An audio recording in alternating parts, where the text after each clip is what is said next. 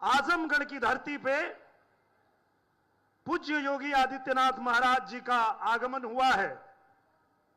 तो हम लोग जैसे आजमगढ़ में हर बार पूज्य महाराज जी का स्वागत करते हैं, आज भी उसी आदर के साथ सभी लोग खड़े होकर और जोरदार तालियों के साथ पूज्य महाराज जी का स्वागत, अभिनंदन और वंदन करेंगे।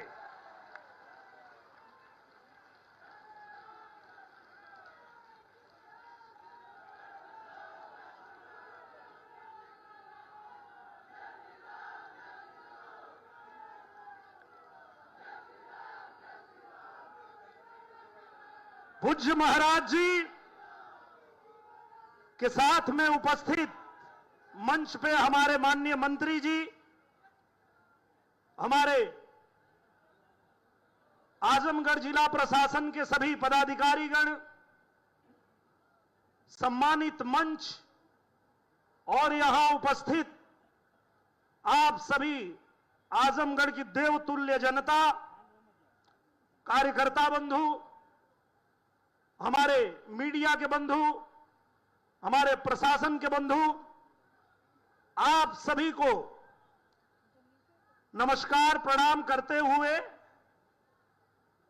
मैं यही कहूंगा कि चाहे रहा मुंबई दिल्ली, चाहे रहा मसूरी में,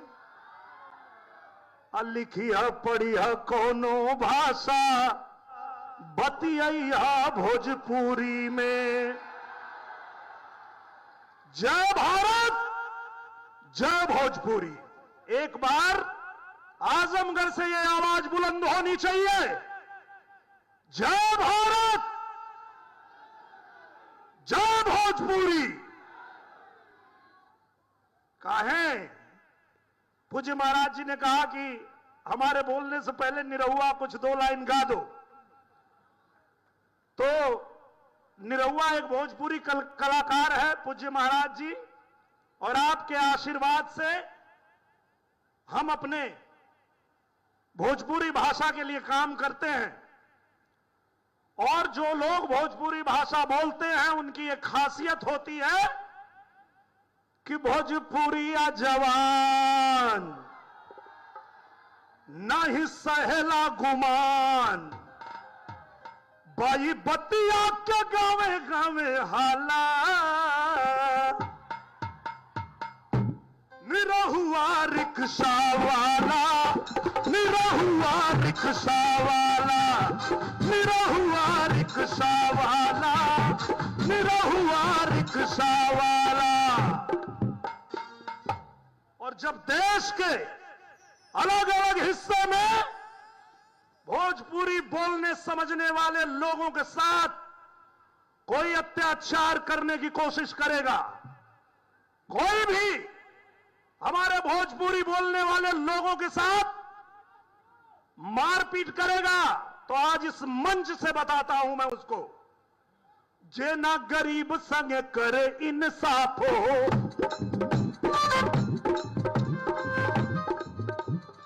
ए भैया रही ले हम करे खिलाफ हो। आपको पता है आजमगढ़ में मुझे चुनाव लड़ने की जरूरत क्यों पड़ी? क्योंकि यही परिवारवादी वाले लोग जो आजमगढ़ में आकर के और यहां नौटंकी करते हैं कि हम यहां पीडीए बना रहे हैं। पीडीए का फुल फॉर्म मालूम है आप लोगों को? पारिवारिक डकैत अलायंस।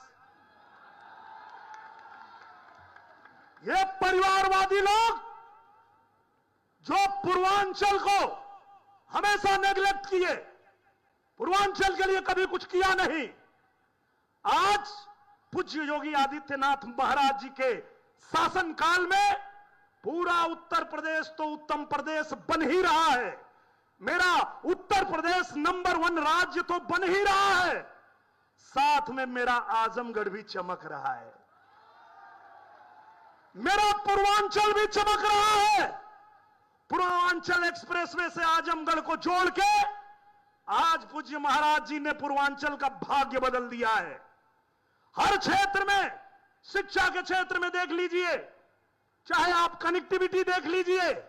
और अब तो पूज्य महाराज जी ने उत्तर प्रदेश को रोजगार का हब भी बना दिया है।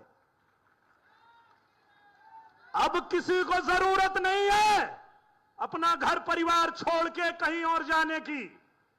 हमारे उत्तर प्रदेश में पूज्य महाराज जी ने उद्योग धंधे लगाने शुरू कर दिए।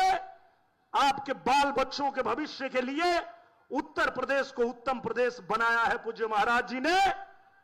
तो धन्यवाद तो बनता है। आप सब जोरदार ताली से पूज्य महाराज जी का धन्यवाद दीजिए कि ऐसे पूज्य महाराज जी ने उत्तर प्रदेश को ऐसा बना दिया है कि कहीं भी जाता हूं बड़े गर्व से कहता हूं कि देवता भी आते जहां साधु के भेष में, देवता भी आते। यही उत्तर प्रदेश है, यही आजमगढ़ की धरती है। देवता भी आते जहां साधु के भेष में, आप भी पधारो कभी उत्तर प्रदेश में। आप भी तो आओ मेरे उत्तर प्रदेश में। क्यों? अवध में राम जन्मे, मथुरा में कान्हा, जहां जन्मी सीता मैया, धाम जहां जन्मी राधा मैया, धाम बरसाना। गए ना आप लोग मथुरा, अयोध्या, काशी? ये वो धरती है जब भगवान को भी जन्म लेना होता है तो इसी धरती पर जन्म लेते हैं।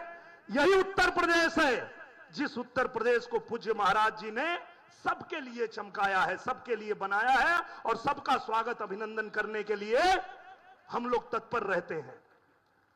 तो इसीलिए मैं अब ज्यादा कुछ नहीं कहते हुए, पूज्य महाराज जी का आदेश था 2 लाइन मैंने गा दिया और अब पूज्य महाराज जी को हम लोग सुनेंगे। और आज जो उपलक्ष्य है, आज आजमगढ़ की धरती पे जैसे ही पूज्य महाराज जी के शुभ हाथों से एक पेड़ लगाया जाएगा, आजमगढ़ में पेड़ की संख्या जो वृक्षारोपण हो रहा है वो 60 लाख हो जाएगी।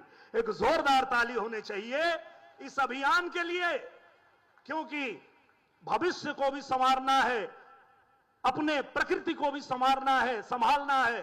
तो इसके लिए पूज्य महाराज जी, पूज्य हमारे प्रधानमंत्री जी के इस अभियान को जिस तरह से आगे बढ़ा रहे हैं, इसमें आप लोगों का भी योगदान मिल रहा है। इसके लिए आप लोगों को भी नमन है, प्रणाम है।